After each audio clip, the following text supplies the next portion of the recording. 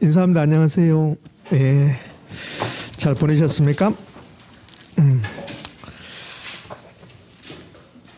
자, 세월이 참 빠릅니다. 시작이 반이라고 했는데 벌써 여러분들 지금 세 번째 뵙고 있습니다. 오늘 여기 요거 받은 거 한 장 있죠? 요걸 뭐라 하냐면 데일리 스터디 또는 그냥 데일리 이렇게 부릅니다. 자, 매주 이렇게 한 장씩 갈 건데 1주차, 2주차 배웠던 내용 이거 좀 정리하는 거예요. 자, 되셨습니까? 이거 보시고. 자, 다음 주는 오늘 배운 내용이 이제 다음 주 나갈 거고, 이걸 그냥 소홀히 하지 말고 이것만 다 모아서 누적된다 하더라도 합격하는 데는 아무런 지장이 없습니다. 그래서 이거를 또 보고 하시라고요. 이렇게 나갈 거니까. 자, 그러면 이제 오늘 세 번째 수업하는데 먼저 요 데일리부터 하고 됐습니까? 예, 이제 가보게요. 오늘 중요한 내용을 하는데 여러분 좀 다운됐네요. 추워서 그렇습니까? 그렇게 춥지 않은 것 같은데. 자, 보자고요.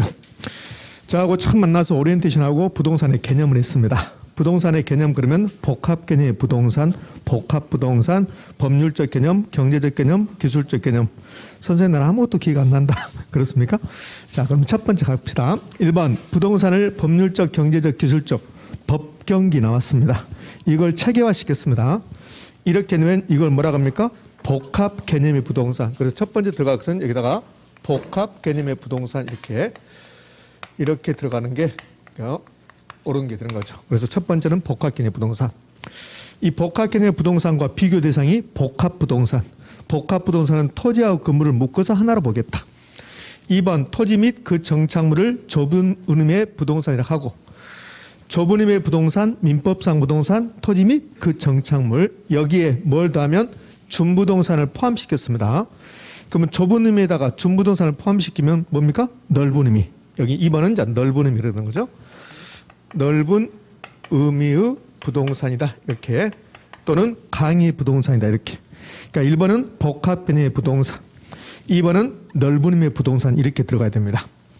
3번 준부동산이란 본질이 부동산이 아니지만 등기 등록으로 공시한다면 부동산처럼 해주겠다. 그것은 법률적 개념이다.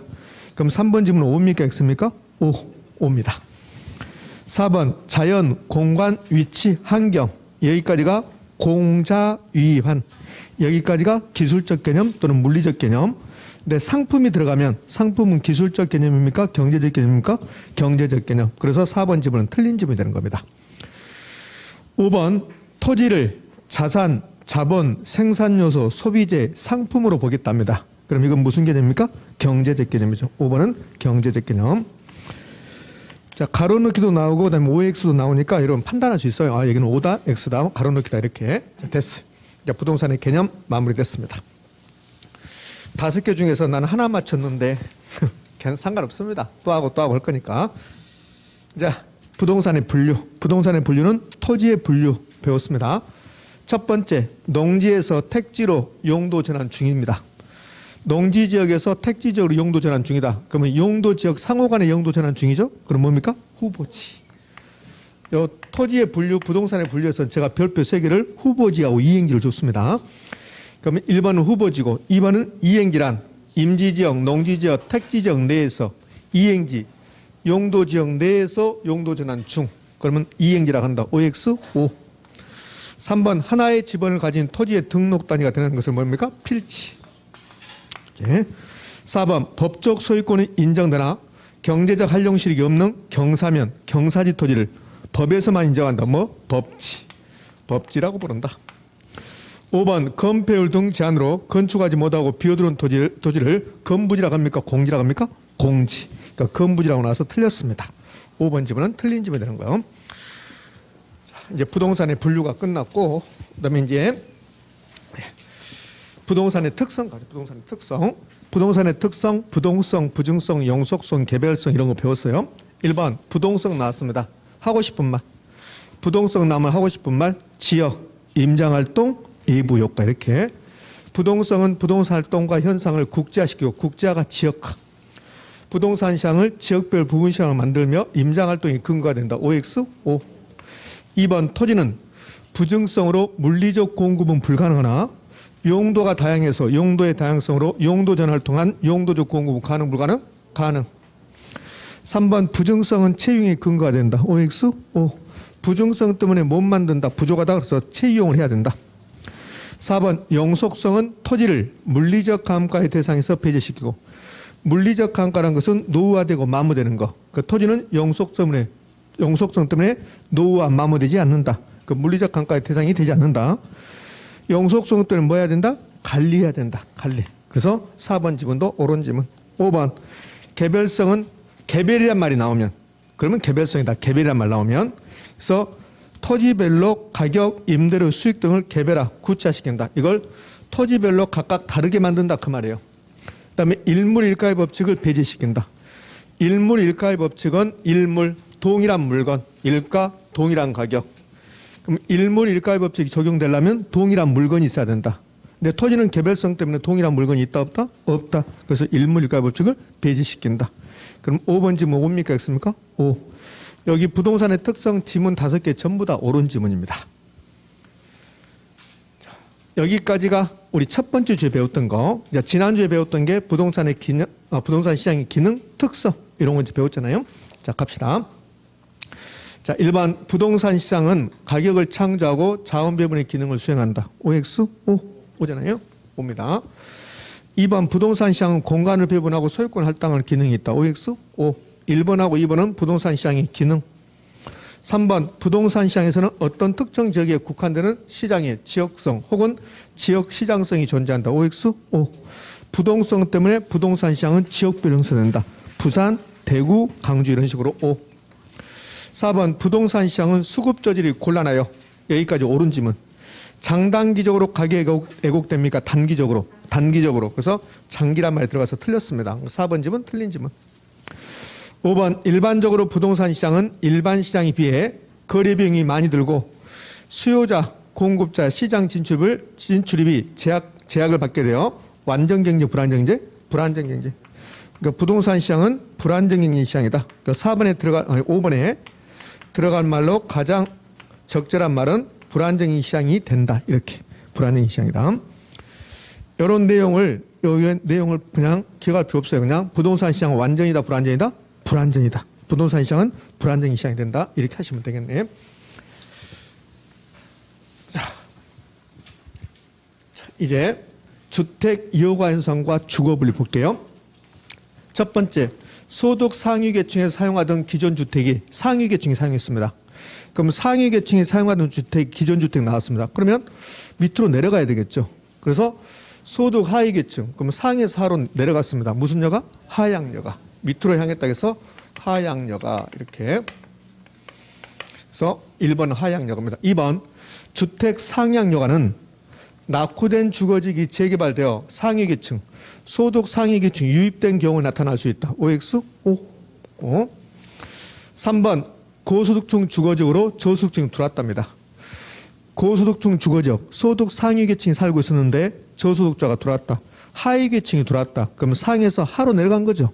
그러면 상향여가입니까? 하향여가입니까? 하향여가죠. 상향여가 아니라 하향여가야.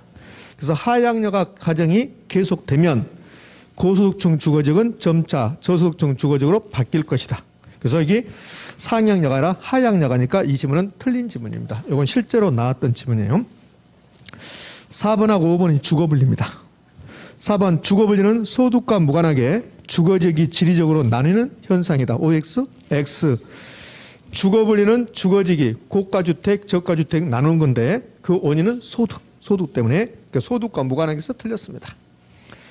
5번 고소득층 주거지역에서 주택 개량 비용이 주택 개량을 통한 가치 상승보다 큰 경우 나왔습니다. 그러면 고소득층 주거지역입니다. 고소득층 주거지역에서는 여가 현상은 상향여가입니까? 하향여가입니까? 하향여가. 고소득층 주거지역에서 하향여가 어느 경우에 비용이 더 클 때 고비하. 그래서 주택 개량 비용이 주택 가치 상승보다 큰 경우에 하향여가 고비하. OX? 이렇게. 자, 됐어요. 자, 이렇게 해서 우리 2주 동안 배웠던 내용을 좀 살펴봤습니다. 자, 그럼 이제 오늘 공부 시작할 건데요. 책을 2개나 새롭게 받았죠? 네, 그렇죠. 좋으십니까? 책 받으니까. 네. 제가 이제 기본서가 나오면 약 500페이지 될 것이다 라고 했는데 500페이지가 약간 넘어갔을 겁니다, 아마. 요거 다 공부하면 그러면 민법 공부할 시간이 없어요. 그래서 합격하기가 곤란해집니다. 요것 중에서 제가 선택한다고 그랬잖아요. 그럼 그것만 여러분이 집중적으로 공부한다. 이렇게 했을 겁니다. 자, 기억납니까? 그래. 자, 그러면 이제 어떻게 할 거냐면 요 책은 책 볼 때 우리 책은 좀 잘 돼 있어요. 책을 보다 보면 그럼 일단 오늘 78쪽부터 할 거니까 78쪽을 한번 펴보세요.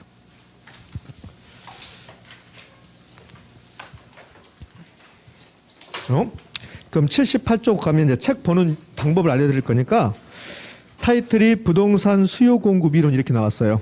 그러면서 이제 본문이 있고 왼쪽 사이드에 뭐 핵심, 기출 이렇게 나와요.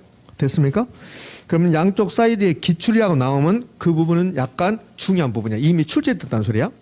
근데 책을 읽는데 양 사이드에 아무것도 없어요. 기출이란 말이 없습니다. 그러면 그 부분은 자주 출제되지 않는다는 거야. 그러니까 그 부분에다가 아무것도 없는 부분에다가 목숨 걸고 공부해버리면 그러면 공부 분량만 늘어나고 점수는 안 올라가요. 예를 들어서 87쪽을 한번 가봐요. 87쪽으로 가면 그러면 아무것도 없죠. 그래서 87쪽은 공부할 필요가 없어요. 선생 나와버리면 어떡 해요? 나올 확률은 거의 없어요. 나올 수는 있지만 그래서 나올 확률이 0은 아니죠. 근데 거의 나오지 않을 거니까 거기에 신경 쓰지 말라고. 자주 나오는 부분을 공부해야지. 자주 나오는 부분 전부 다 알고 있다. 그러면 이제 안 나오는 부분도 해봐야 되잖아요. 그러니까 그런 것은 할 필요 없습니다. 제가 가끔씩 농담 삼아서 그거 찢어버리세요 그런다고요. 그럼 진짜로 찢어버린 사람이 있었어 실제로.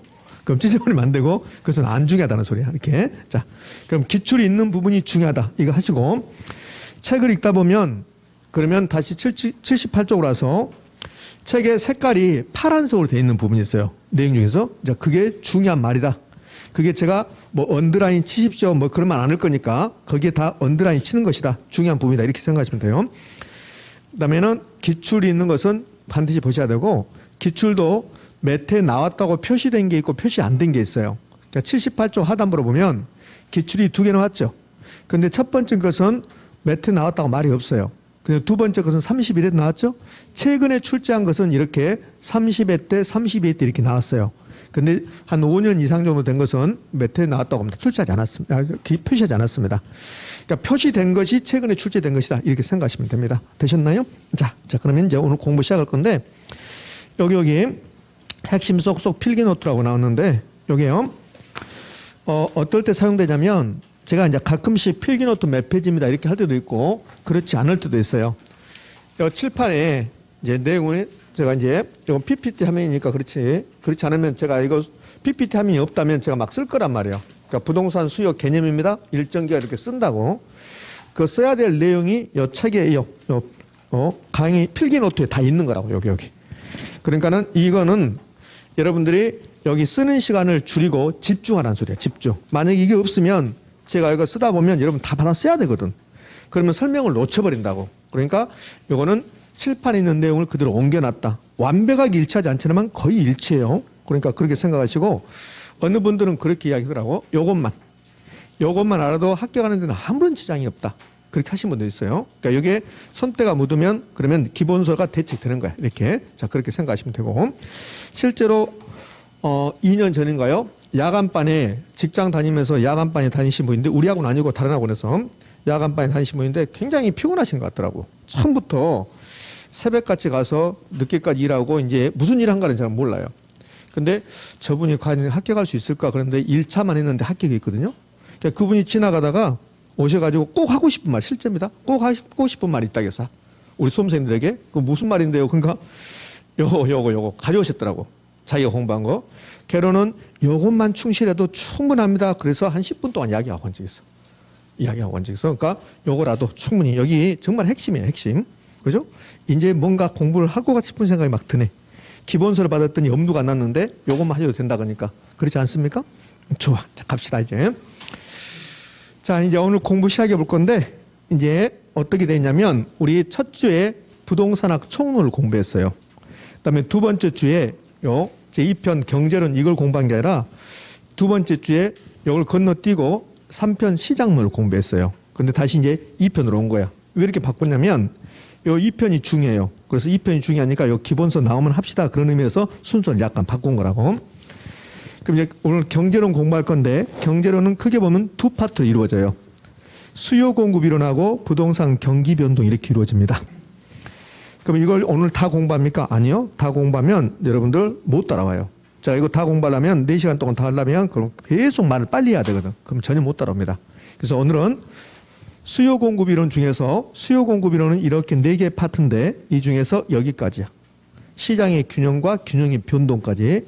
이 탄력성이라는 파트는 이제 다음 주에 공부하는 거라고 의미하셨죠? 그럼 이제 이렇게 이 3개 파트, 이 3개 파트를 공부할 건데 무엇을 공부하는가를 알아야 돼요. 그래야만이 이게 이제 공부 방향이 정해지는 거야. 그러면 여기 있는 내용, 제가 오늘 전달한 내용은 다 알면 좋을 텐데 그게 안 돼요. 그러니까 여기 수요 공급 이론하고 지난 첫 번째 주에 배웠던 총론하고는 공부 패턴이 달라져요. 총론은 제가 여러분에게 막 주입시켰어요. 부동성, 부중성 이렇게 막 이렇게. 근데 얘는 주입시키는 게 아니라 여러분하고 저하고 이야기를 하면서 제가 계속 여러분 보고 여러분 이해됐는가 안 됐는가 그것 한 다음에 넘어가야 돼. 요거 잘못 해버리면 그러면 부동산학 개론이 전반적으로 전체가 다 흔들려요. 부동산학 개론을 종합 응용과학이라고 그래. 그러니까 종합이라는 말은 짬뽕돼 있다는 소리야.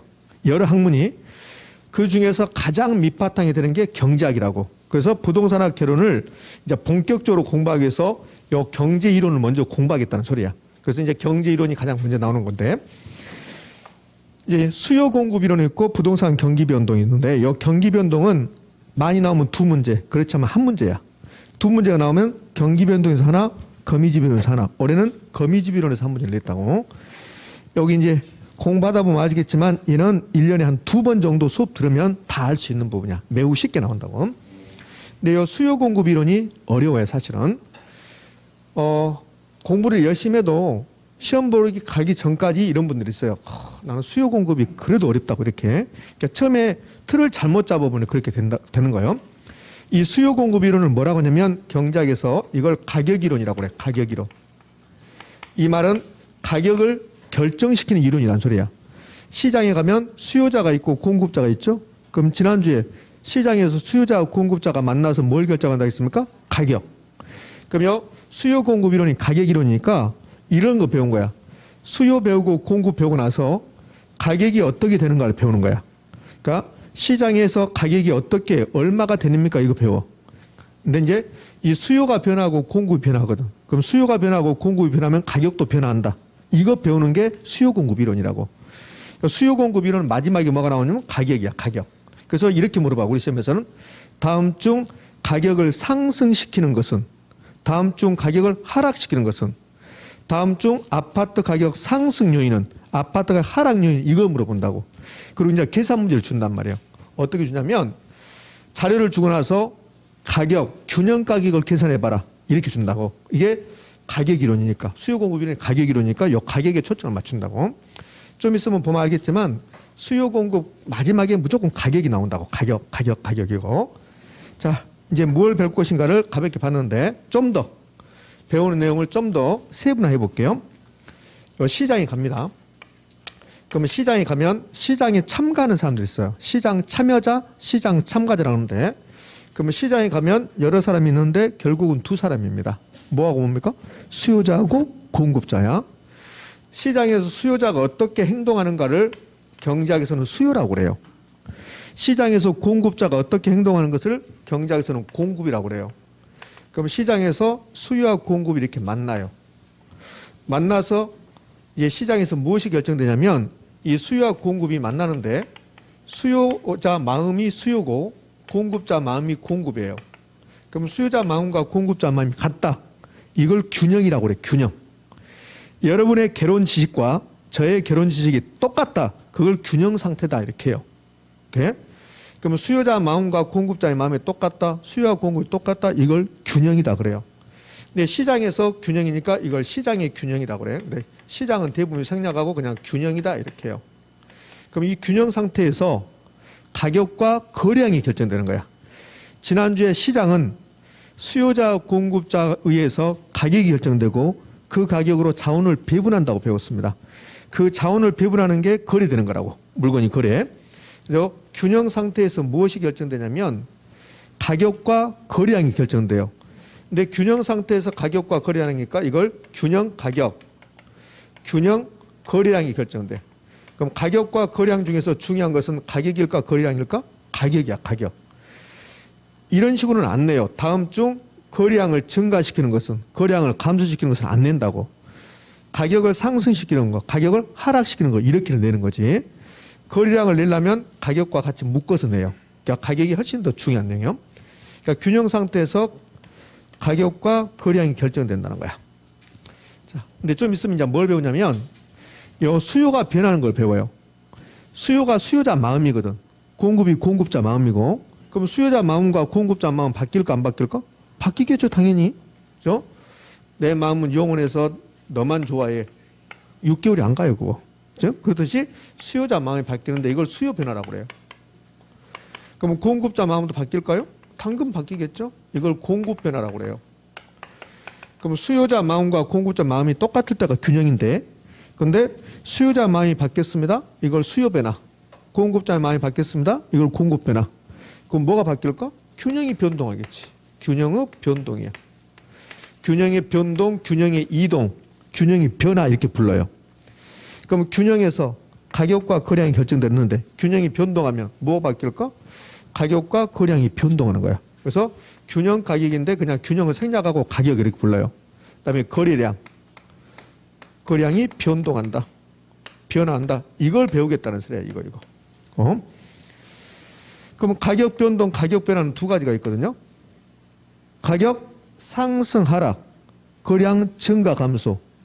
그럼 가격이 상승하는 경우도 있고 가격이 하락하는 경우도 있다고. 그럼 시험은 다음 중 가격 상승시키는 요인을 찾아봐라. 다음 주 가격 하락시키는 요인을 찾아봐라. 그거 배우겠다는 게 요 수요 공급 이론이에요. 의미하셨죠? 그러니까 오늘 이렇게 배우겠다는 소리야. 요 균형은 그렇게 중요성이 있는 게 아니에요. 균형의 변동이 중요해요. 그 변동이. 균형의 변동은 매년 시험에 출제합니다. 자, 이제 수요 공급에서 뭘 배운다는 것을 큰 틀에서 봤어요. 그러면 수요 배우고 공급 배우고 균형 배우고 균형의 변동을 배울 건데, 수요에 관한 이론, 공급에 관한 이론 완벽하게 정리하려면 1년 내내 수요만 해도 못 해요. 그러니까 우리 시험에서 주로 나온 것만 하는 거야. 자, 수요에서 저하고 1년 동안 6가지를 배워요. 공급에서 6가지 배우고. 근데 책은 뭐 6가지 하나 좀 줄여놓기도 하고 늘어나기도 했는데 내용은 똑같아.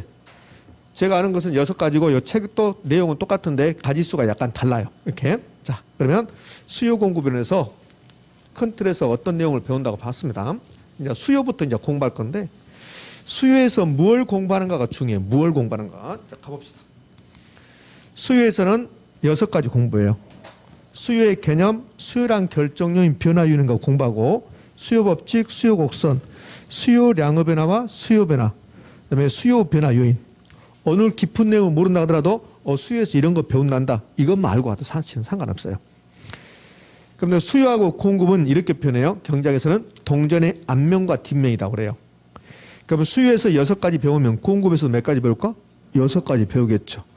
그러면 공급의 개념, 공급량 결정 요인, 공급 법칙, 공급 곡선, 공급량의 변화, 공급 변화 요인 이렇게 배우는 거야. 이렇게. 그럼 공급에서도 그렇게 따라 나와요. 그대로 똑같이 따라 나오죠. 그럼 이제 책은 수요 이렇게 정리하고 나서 그다음에 공급 나온다고 이렇게. 그다음에 공급 정리하고. 근데 수업은 수요 따로 공급 따로 하지 않아요. 수요의 개념 공부하면서 바로 공급의 개념이 나온 거야. 여기 핵심 속소 필기 노트도 수요 공급 따로 해놨어. 따로 해놨는데 수업은 따로 한 게 아니라 같이 한다는 거야. 그럼 수요량 결정요인 배우면서 바로 뭘 배울까? 공급량 결정요인. 수요 법칙, 공급 법칙 이제 같이 공부하는 거야. 이렇게. 수요가 이해되면 공급은 자동적으로 이해되는 거야. 그다음에 출제 비중은 수요가 7, 공급이 3. 그러니까 수요가 훨씬 더 중요하다. 이렇게. 수요를 공부할 때는 내가 수요자라고 생각하고, 왜? 수요자들이 시장에서 어떻게 하는가를 학문적으로 정리해 놓은 거고, 공급은 시장에서 공급자들이 어떻게 행동한 것을 학문적으로 정리해 놓은 거야. 그러니까 공급을 공부할 때는 내가 공급자라고 생각해 봐. 공급자라고. 그러면 쉬워져요. 자, 하나 예를 들어볼까요? 요 공급 법칙이라는 게 있거든. 그럼 내가 공급자다. 공급 배우니까 내가 공급자라 생각해야 되지. 그럼 물건의 가격이 올라가면 공급자들은 공급량을 증가시킬까 감소시킬까? 증가. 그게 공급 법칙이야. 그럼 수요를 배울 때는 내가 수요자라고 생각해. 그럼 수요 법칙이니까 수요를 배우는 거죠. 그럼 물건의 가격이 올라가면 수요자들은 많이 살까 조금 살까? 조금 사지. 그게 수요 법칙이야. 그렇게 생각하시면 된다고 이렇게. 그럼 이제 수요에서 6가지 배우는데 이 중에서 중요도가 또 달라진다고. 전부 다 중요한 거 아니라 중요도가 달라요. 그럼 이제 찍기 한번 해봅시다. 찍기. 이 6가지 중에서 여러분들이 통밥을 한번 해봐요. 가장 중요한 게 몇 번 같아요? 3번. 좋아요. 3번. 자, 3번 나왔습니다. 한 표. 5번 나왔으면 또 한 표. 2번 나왔습니다. 또 한 표. 또. 4번. 6번 드디어 나왔습니다. 6번이 가장 중요해요. 6번이 가장 중요합니다. 6번이. 어떤 학원은 딱 한 번에 맞추는 거예요. 이거 그냥 그 학원이 잘하고 못하고 없어요. 그냥 대충 그분이 감이 뭐 좋았던 여전히 그냥 하고 싶은 대로 했겠지. 근데 6번에 딱 맞추는 학원도 있고 우리 학원처럼 여러 개 여러 번 하고 이거 7번, 8번 해도 못 맞추는 학원도 있어요. 수요 변화 요인이 가장 중요해요. 그러니까 내가 수요를 공부하는데 시간이 없어서 수요에서 딱 하나만 공부한다 그러면 6번을 하고 와야 돼요. 6번은 매년 나와요. 6번. 그 다음에 중요한 게 수요의 개념이에요. 그 다음에 중요한 게 수요량의 변화와 수요 변화예요. 그럼 6가지 중에서 이 3가지가 중요하고 그 다음에 여기 이렇게 3가지는 중요성이 없어요. 물론 나오기는 하지만 출제 비중은 현저하게 떨어져요. 예를 들어서 6번의 수요 변화 요인은 100% 나와요. 그런데 요 2번에 수요량 결정 요인, 수요법칙, 수요 곡선 여기들은 확률이 5%나 10%밖에 안 돼요. 그러니까 중요도가 떨어지는 거야. 제가 나중에 오늘 수업하면서 별표 3개짜리 줄 테니까 여기 막 굳이 이거 할 필요 없어요. 요거는 요 표는 지금 여기 필기노트 없죠? 없으니까 나중에 이제 별표 할 테니까 이제 그때 보자고요. 자, 그럼 공급에서는 공급 변화 요인이 가장 중요해요. 이게. 근데 공급의 개념은 안 중요합니다. 예? 그러니까 공급에서는 이 공급 변화 요인, 그 다음 나머지는 패턴이 다 똑같으니까 수요를 중심으로 공부하면 돼요. 자, 이제 뭘 공부한가 다 정해졌습니다. 그러면 이제 수요 공급을 공부해 볼 겁니다. 따로 한 게 아니라 같이 할 거라고. 자, 가봅시다. 자, 여기 보면 페이지 수가 정해졌죠? 앞에는 기본서 페이지 수고 뒤에는 여기 필기노트 페이지 수야. 그러니까 기본서는 지금 굳이 펼 필요 없고 제가 설명을 쭉 하고 나서 이제 끝날 때 기본서에는 어떻게 나왔는가 봅시다. 이런 식으로 수업 진행할 거라고. 되셨습니까? 네, 그래요. 우리 경제학을 배우기 전에요. 수요 그러면 물건을 샀다고 생각을 해요. 그 물건을 산 게 아니에요. 경제학을 배우기 전에 공급이 뭐예요? 그럼 물건을 팔았다고 하거든. 그게 아니에요. 그러니까 첫 번째 이 수요의 개념은 수요에서는 물건을 산 게 아니라 물건을 사고 싶어 하는 거야. 구입하고자 하는 거야. 이게 첫 번째 포인트야. 경제학에서는 수요를 뭐라고 하냐면 이렇게 해요. 일정 기간 동안에 구입하고자 하는 욕구. 그럼 여기다 이제 아파트 수요 볼게요. 아파트 수요는 일정 기간 동안에 한 달 동안에 1년 동안에 이런 말이야. 아파트를 구입하고자 하는 욕구야. 아파트를 산 게 아니고. 됐죠? 그래서 요 수요에서 구입한이라고 나오면 틀린 말이 되는 거야. 수요란 아파트를 구입한 것을 말한다. 그럼 뭘까 있을까? X. 구입하고자 하니다. 이렇게 하는 거야. 그러면 요 수요의 개념이 이제 가볍게 봤는데, 그럼 공급으로 가볼까요? 공급의 개념은, 공급은 물건을 판 겁니까? 팔고자 하는 겁니까? 그렇지. 팔고자 하는 거라고. 팔고자. 그럼 공급은 일정 기간 동안에 물건을 팔고자 하는 욕구야. 그러면 공급은 판매한 그러면 올까 있을까? X. 이렇게. 의미하셨죠? 이렇게. 자, 첫 번째 수요 개념 나오면, 수요는 팔고자 하는 것이, 아니, 사고자 하는 거지, 산 게 아니다. 구입하고자 하는 거지, 구입한이 아니다. 요 구입한이라고 한 서너 번 내죠. 그러면 틀린 말이 되는 거예요. 좀 더 정확히 가면 일정 기간 동안에 구입하자는 욕구인데 이걸 경제학자들이 뭐라고 하냐면 일정 기간을 유량 개념입니다. 그래요. 그다음에 구입하고자 하는 것을 사전적 개념이라고 하고 그다음에 이 욕구를 유효수요라고 한다고. 그럼 요거 경제학자들이 말하는 거 요거를 우리가 해석하는 게 그게 공부예요. 그럼 유량 개념은 일정 기간에 측정되는 건데 이건 좀 기다려야 돼. 이거 자세히 배울 거니까. 그럼 구입하고자 하는 것을 사전적 개념이라고 그래요. 근데 이제 뭐 7급 공무원이라든지 뭐 감정평가사라든지 공인회계사 이 경제학 시험에서는 이것을 사전적 개념이다 이렇게 해요. 수요는 사전적 개념이다. 그럼 뭡니까? 있습니까? 오야. 사전적이란 말은 뭐뭐 하기 전이란 소리야. 우리 이런 말 쓰잖아요. 친구들하고 전화하면서 사전에 미리 연락 좀 주라 이렇게 하잖아요. 그거 하기 전에 사전에 연락 좀 주라 이런 말 하잖아요. 그게 사전적이란 말이야. 그 사전적이란 말은 구입하고자 합니다. 구입한 게 아니라는 소리지. 그러니까 다른 경작 시험에서는 이렇게 물어본다고. 수요는 사전적 개념이다. OX? O.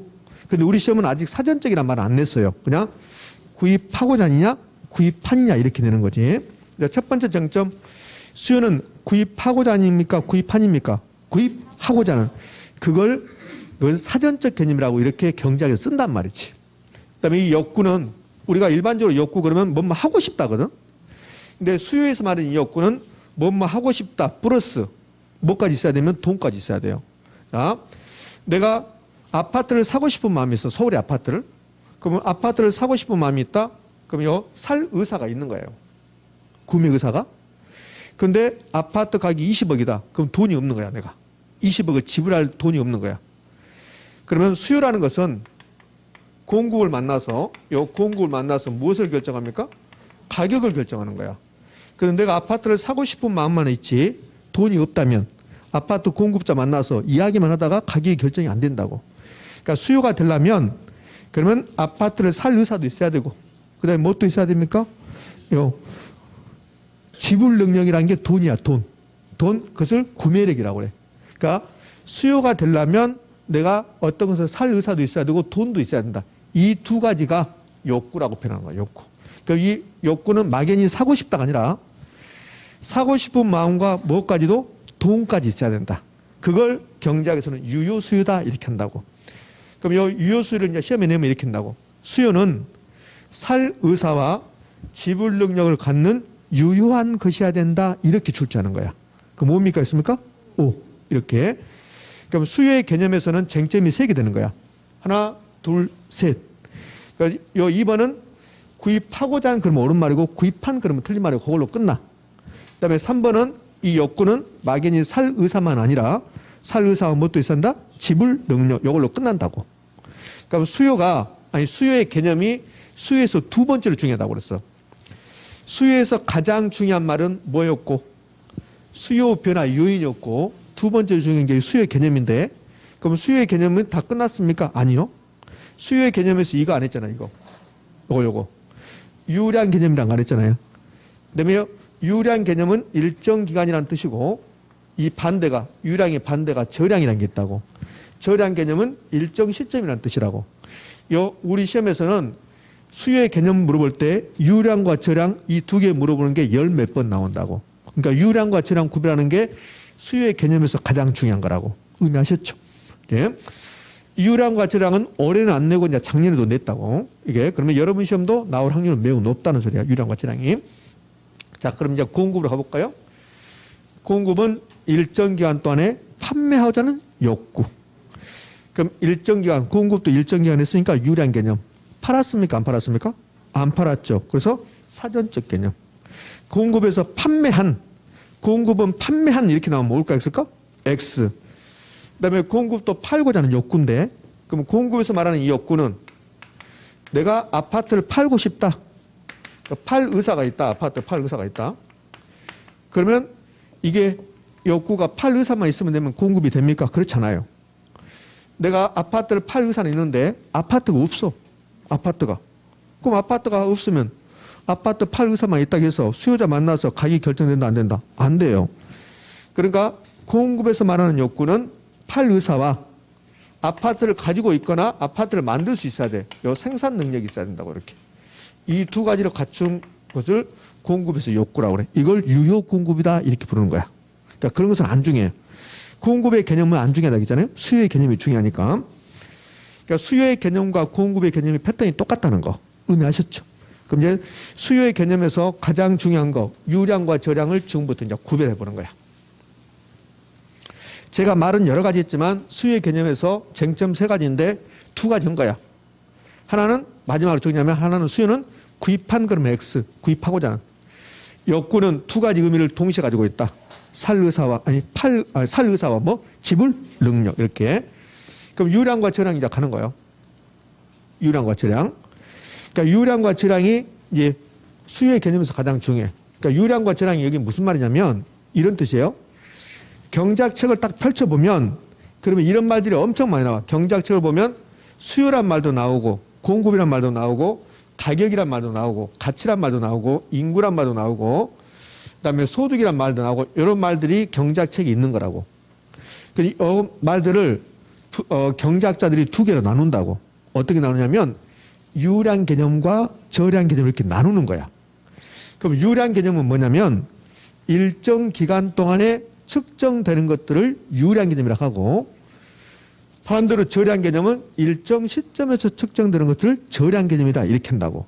그럼 시험은 아주 간단해요. 시험은 어떻게 물어보냐면 이 부분에서 가장 많이 물어본 게 여기 지금 전부 다 유량이거든요.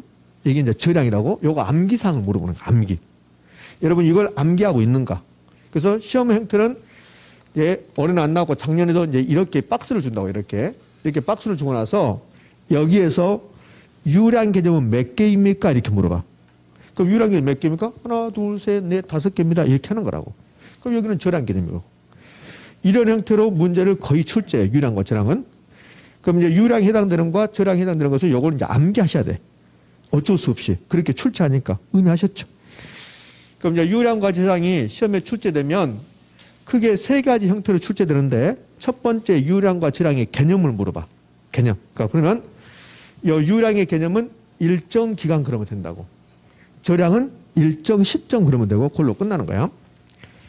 예전에 이 부동산의 결혼책이 막 800페이지, 어쩔 때는 1000페이지일 때가 있었어. 그때는 필요 없는 것들, 유량에 대해서 저량에 대해서 막 참고해가지고 한 페이지 막 이렇게 써놨다고. 그런 거 다 필요 없어. 보면 옛날 책을 보면 유량에 대해서 뭐 수도꼭지가 어떻고 저량에 대해서는 저수지가 어떻고 막 설명한다고. 그런 거 다 필요 없고 무조건에는 유량이 나오면 일정 기간, 저량이 나오면 일정 시점 그렇게 하시면 돼. 그럼 일정 기간이 나오면 뭐라고 하고? 유량이라고 하고, 일정 시점이 나오면 뭐라고 하고? 저량이라고 하고. 그럼 어떻게 출제했는가를 제가 알려드릴게요. 자, 이렇게 출제 24회 때 유량이란 일정 시점에 측정되는 개념이다. OX. X, 그게 우리 시험 문제야. 시험 문제. 또 이렇게 냈잖아요. 저량이란 일정 기간 동안에 측정되는 개념이다. OX, X. 그러니까 유량이 나오면 무조건 일정 기간, 저량이 나오면 무조건 일정 시점. 반대로 일정 기간이 나오면 유량, 일정 시점이 나오면 저량. 이렇게 하면 된다고. 또 이렇게 출제한 적이 있습니다. 뭐라고 했냐면 이렇게 했어요. 부동산 수요 공급은 일정 기간 동안에 측정되는 거랬어요. 그럼 일정 기간 동안에 측정된다고 했으니까 유량이어야 됩니까? 저량이어야 됩니까? 유량이라고 해야 되지. 근데 실제 시험 질문은 이렇게 냈어요.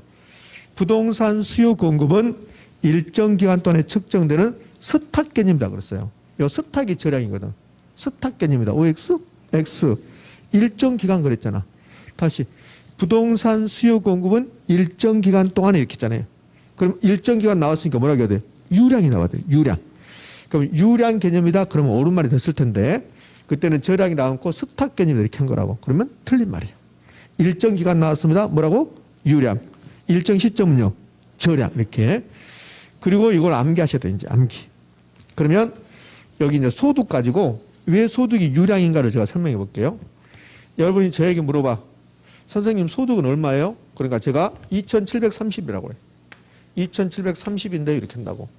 그러니까 여러분이 그런다고. 그 돈 벌어서 다 뭐 어디다 쓰세요? 이렇게 한다고. 그 돈 벌어서. 그러니까 제가 아니 2730이 이렇게 많아요. 뭐 껌값이잖아요. 그런다고. 겨우 먹고 살아요. 그러지? 2730이면 엄청나게 많이 벌잖아요. 여러분은 2730을 지금 한 달 동안에 소득으로 본 거야. 그건 저는 1년으로 본 거거든. 저의 소득이 1년에 2730이다. 그러면 많지 않은 거죠. 근데 한 달 동안 2730이면 엄청나게 많은 거잖아요. 그렇죠? 그러니까 소득이라는 개념은 앞에다가 한 달이냐 1년이냐를 말하지 않으면 이게 많다 적다가 알아요 몰라요? 몰라요. 그런 것들을 일정 기간 개념이라고 한다고. 됐습니까? 뭐요? 한 달 동안에 나의 지대 수입은 얼마인가? 한 달 동안에 나의 임대료 수입은 얼마인가? 이렇게 나와야 돼요. 그런데 너 지금 임대료 수입은 얼마냐? 이건 안 맞지. 안 맞지? 그럼 지금은 일정 시점 개념이라고. 그럼 이제 재산 볼까요? 재산? 자, 이게 적절한가 봐봐요. 당신의 1년 동안의 재산은 얼마입니까? 이건 안 맞아요. 당신의 지금 재산은 얼마입니까? 이렇게 한다고. 그럼 재산이라는 개념은 일정 기간을 정해야 됩니까? 일정 시점에서. 일정 시점에서. 그런 것들을 저량이라고 한단 말이에요. 자, 그러면 이해가 됐으면 이제 암기하셔야 돼. 여기 있는 무작정 다 암기했다. 그럼 암기하기 굉장히 힘들어져요. 그러니까 의미를 알고 암기하면 약간 쉬워지긴 해요. 그럼 유량에 해당되는 것은 신규 생산 거리 변동. 요거 오늘은 신규 생산 거리 변동 정도 기억하시고 이제 하나를 더 추가해 줄 건데, 그러면 신규 생산 거리의 변동이 유량인데 요 1번처럼 나온 게 아니라 요 1번을 4번으로 만들어서 내요. 사례를 준단 말이에요. 그럼 뭘래요? 여기 신규란 말 안 주고 이제 작년에도 나왔죠. 신규주택 공급이라고. 신규주택 공급이 3번인가 4번 나와요. 그러니까 신규. 그다음에 생산, 아파트 생산량도 역시 3번 나옵니다. 작년에도 이렇게 나왔어요. 그러니까 아파트 생산량 이렇게. 그럼 봐요. 지금은 저량이에요. 지금 우리 서울의 아파트 생산량은 몇 개입니까? 이건 안 맞아요. 그럼 한 달 동안에 우리 서울의 아파트 생산량은 얼마인데 이렇게 해야 된다고. 그러니까 생산이라는 개념은 기간 개념이야. 그래서 아파트 생산량이라든지 국민 총생산. 아마 학창시절에 요 국민 총생산을 이렇게 암기했을 거라고. 어떻게 했냐면, 요거 학창시절에 우리 시험에 잘 나왔으니까. 국민 총생산 GNP잖아요. GNP란 1년 동안에 우리나라 국민이 만들어낸 시장, 물건들의 최종 시장 가치 뭐 이런 식으로 외웠다고. 1년 동안에 이러잖아요. 1년 동안에. 그래서 요 생산이란 말 들어가면 기간 개념이죠. 그럼 유량입니까? 저량입니까? 유량. 지금 우리 서울의 아파트 거래량은 몇 개입니까? 이거 안 맞아요. 지난 1년 동안에 아니면 10월 달에 10월 한 달 동안에 아파트 거래량은 몇 개입니까? 이렇게 한다고. 그러니까 거래량 개념도 일정 기간 개념이 유량이에요. 그럼 거래량 안 나오고 이렇게 주택 거래량 이렇게 나오죠. 변동. 지금 우리 서울의 인구 변동은 몇 명입니까? 안 맞아요.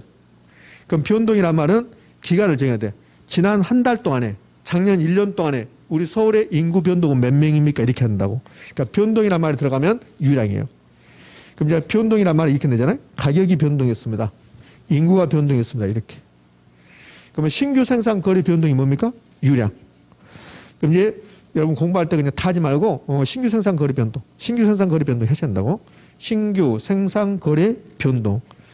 그 다음에는 요 2번 봐요. 2번 수입 지출. 여러분의 수입을 한번 생각해 봐요. 그 다음에 여러분이 지출을 한번 생각해 봐요. 그게 유량이에요. 그러니까 저를 해볼게요. 저의 수입은 저의 월급이 있겠죠. 이 월급을 모으면 연봉이잖아요. 그러면 이 월급은 나의 임금이라고. 그러니까 한 달 동안의 임금이 월급이고 1년 동안의 임금이 뭐예요? 연봉이고. 그럼 여기다 연봉을 쓰면 연봉은 유량입니까? 저량입니까? 유량. 이렇게 하는 거예요. 이런 것들이 나의 소득이잖아요. 선생님 한 달 소득이 얼마예요? 2,730. 그게 내 월급이야. 그게 내 임금이라고. 제발 좀. 2,730 제발 좀 그렇게 됐으면 좋겠어. 그러잖아요. 2,730은 얼마나 많은 돈입니까? 그 다음에 소득인데 뒤에 이렇게 순영업 소득처럼 요 뒤에 소득으로 끝나면 그러면 수입이 아니 유량이야. 유량. 소득이 수입의 개념이고 그럼 유량이죠. 나중에 소득으로 끝나는 거 몇 개 배워요.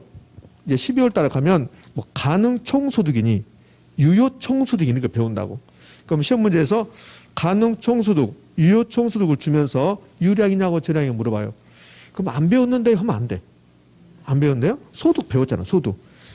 유량에 해당되는 거 여기다 다 쓸 수가 없죠. 그러니까 주로 우리 시험에 나온 것은 몇 가지 쓴 거라고 이렇게. 그다음에 어떤 회사에 1년 동안의 수입, 단기 순이익 부르잖아요. 내가 땅 빌려주고 지대 받고 있거든. 그럼 1년에 내가 지대 수입이 1,000만 원이다. 이 지대 다음에 수입이 생략돼 있거든. 지대 수입. 내가 임대사업을 하고 있다. 한 달 동안의 임대 수입이 3,000만 원이다. 3,000만 원? 그럼 임대 수입.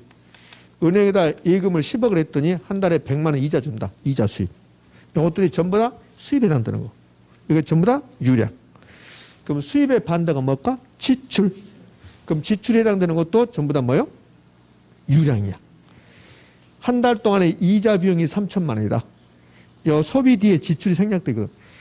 이번 달에 우리 집에 소비 지출이 이렇게 많아? 이렇게 하거든. 이번 달에. 그럼 몇 월 달에? 5월 달에. 5월 달에 소비 지출이 많잖아요. 5월 달에 뭐 어버이날도 끼고 막 그랬잖아요. 그렇죠?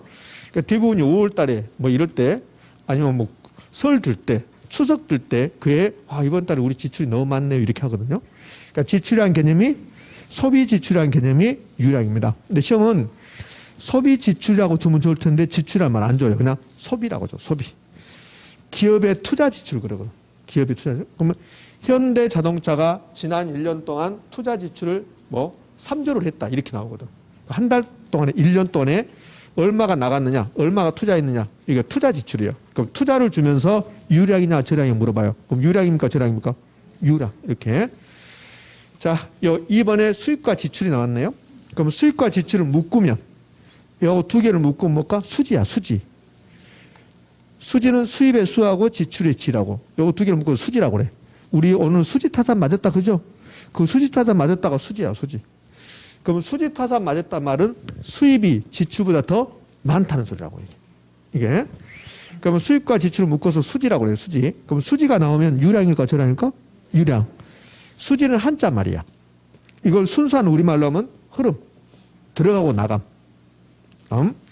그럼 현금 수지. 이거 수지잖아요. 현금 흐름. 현금 수지가 나오든 현금 흐름이 나오든 유량입니까? 저량입니까? 유량. 그다음에 세전 현금 수지도 있고 세후 현금 수지도 있고 그래요. 나중에 다 배우게 된다고 이렇게. 그럼 이 수지로 나오면 뒤에 수지로 끝나면 유량입니까? 저량입니까? 유량. 그럼 이것만 있는 게 아니라 지금부터 하는 말들은 많이 들어봤을 거예요. 국제수지, 무역수지, 경상수지 이런 말 들어보셨죠? 그게 전부 다 뭡니까? 유량이 들어요. 유량. 자, 그럼 유량 다 끝났어요. 이제 어쩔 수 없이 유량에 대해서 암기하셔야 되니까 여기서만 이해되면 돼. 집에 가면 아무것도 기억 없어. 그러면 여기서 이해되고 나중에 또 하고 또 할 거니까 유량 그러면 일정 기간 신규 생산 거래 변동 수입 지출 묶어서 수지. 그럼 이제 수입에 해당되는 것은 나의 소득, 나의 월급, 나의 임금, 뭐 순용업소득, 당기순이익, 나의 지들 수입, 임대료 수입, 이자 수입 이런 거. 지출은 이자 비용, 소비 지출, 투자 지출 이런 것들. 됐죠? 두 개 묶어서 수지, 현금 수지, 국제 수지, 무역 수지 이런 것들. 신규 생산 거래 변동은 이렇게 4번처럼 사례를 만들어 나온다. 그러면 유량을 다 암기했다면 저량을 암기할 필요 있을까 없을까? 없겠지. 유량을 다 한다면. 그럼 저량 알 필요 없겠지. 유량 아닌 것은 저량일 거니까. 그러면 저량에 해당되는 것은 여기 다분히 반대야. 신규의 반대가 뭐요? 중고. 기존. 저 밖에 있는 저 아파트가 신규 아파트입니까? 중고 아파트입니까? 중고. 지금 존재하고 있잖아. 지금. 일정 시점에서 그래서 기존 부동산, 중고 부동산, 재고 부동산 이렇게 부른다고.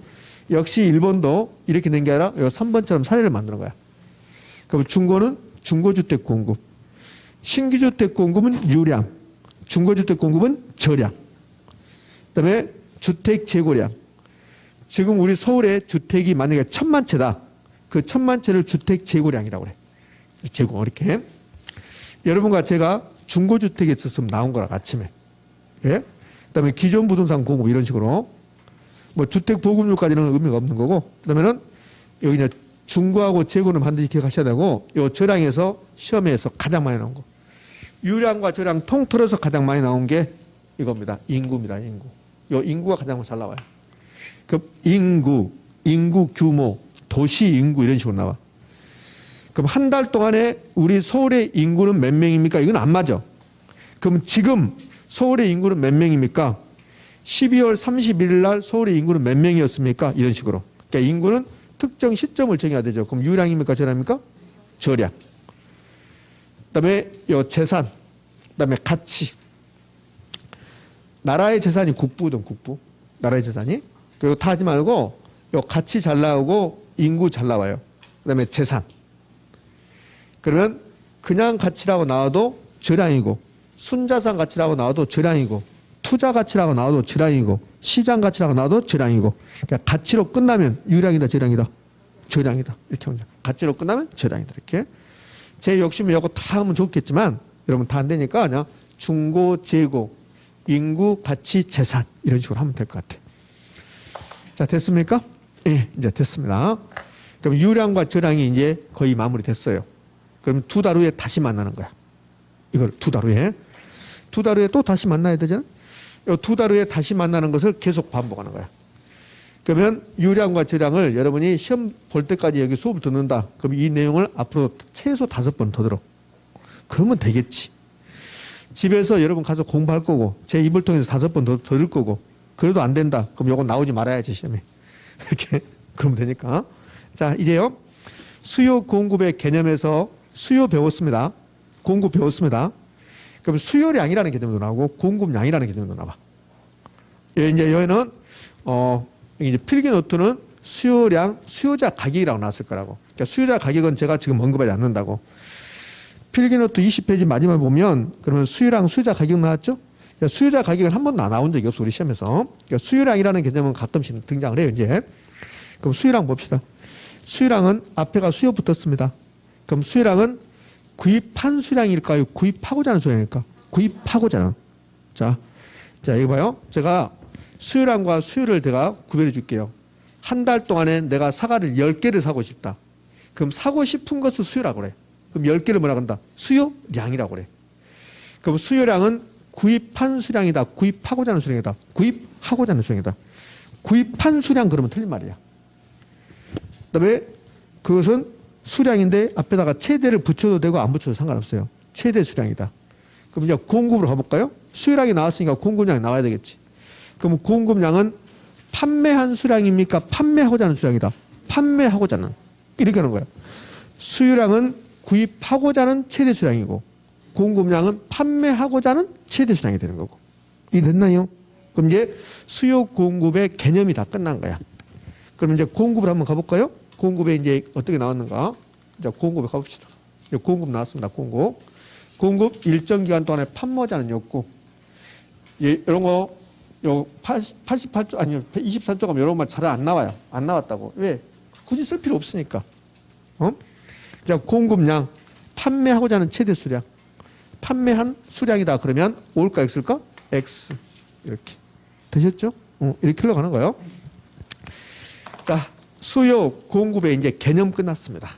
그러면 기본서를 통해서 뭐라고 하고 있는가 이제 살펴보면 돼요. 자, 책 78조. 기본서 78조 갑시다.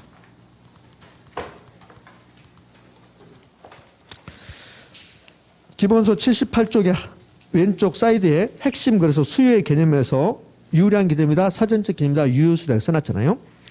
자, 오른쪽에 수요의 개념 또는 수요량의 개념에서 수요란 구매력을 갖춘 이게 구입하고자 하는 능력이 있는 그 소리죠. 갖춘 소비자가 일정 기간 뭡니까? 유량. 제한화 영역을 구입하고자 임차하고자 하는 이게 사전적 개념, 욕구를 말한다. 그렇습니다. 그러면서 그 밑으로 갔더니 이렇게 나와요. 최대 수량 이런 말 나왔습니까? 그래서 수요량은 일정한 가격에서 구입, 임차하고자 하는 최대 수량을 의미한다. 그다음에 수요자 가격은 한 번도 나온 적이 없어요. 자, 그 밑에 유량 개념 이렇게 나왔죠. 그러니까 수요의 개념에서 가장 중요한 게 유량 나왔잖아요. 그러니까 유량 나오면서 수요량은 일반적으로 총 나와서 이렇게 그 밑에 심화라고 나오는데 유량과 저량 나왔습니다. 그러니까 유량과 저량 나오면서 유량, 저량 옆에 뭐라고 써지고 그 밑에 표 나오죠. 표. 그 표가 유량과 저량 개념에서 가장 중요한 거죠. 수요의 개념에서 가장 중요한 거예요. 요 표. 칠판에 배웠던 요 표. 아마 요 책에 있는 표보다 여기 강의노트, 필기노트는 표가 여러분에게 좀 더 적절해요. 그러니까 책에 있는 표는 그냥 막연히 막 외우는 거야. 근데 요 강의노트는 틀을 잡고 외우는 거니까 그렇게 해주시고 이제 그게 별표 3개야. 그러면 책에다가 별표를 3개를 친다면 78쪽에 있는 심화, 유량과 저량 그 별표 3개. 오늘 되셨습니까? 그러고 나서 바로 이제 옆에 기출 지문을 여러분이 통해서 그것을 점검하면 된단 말이에요. 공부하는 방법이. 자, 그 다음에 79쪽. 사전적 개념 나오고 유효수요 나왔습니다. 이렇게. 그 밑에 심화 나왔습니까? 그 심화는 안 중요해요. 그 79쪽에 있는 심화는 우리 시험에서 지문 딱 한 번 나왔어. 지문 한 번. 그러니까 안 중요한 거야. 자, 여기 배운 겁니다. 그럼 공급도 가면 이제 그런 말이 나올 거라고. 그러니까 첫 번째 시간은 별로 안 했어요. 딱 수요 개념, 공급의 개념밖에 안 했으니까. 자, 공급으로 가봐요. 88쪽에. 88쪽으로 갔습니다. 88쪽에 부동산 공급에서 제가 한번 읽어볼게요. 공급이란 공급 능력을 갖춘 공급자가 일정 기간 유량, 제한화 영역을 판매하고자 하는 이게 사전적 개념, 욕구를 말한다. 부동산 공급량은 공급자가 일정한 가격에서 매도하고자 하는 최대 수량이다. 여기서 일정한 가격 이런 거 안 중요해요.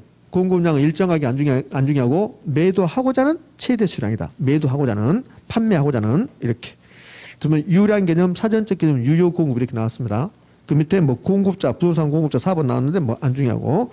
그 기출지문 하나만 읽어볼게요.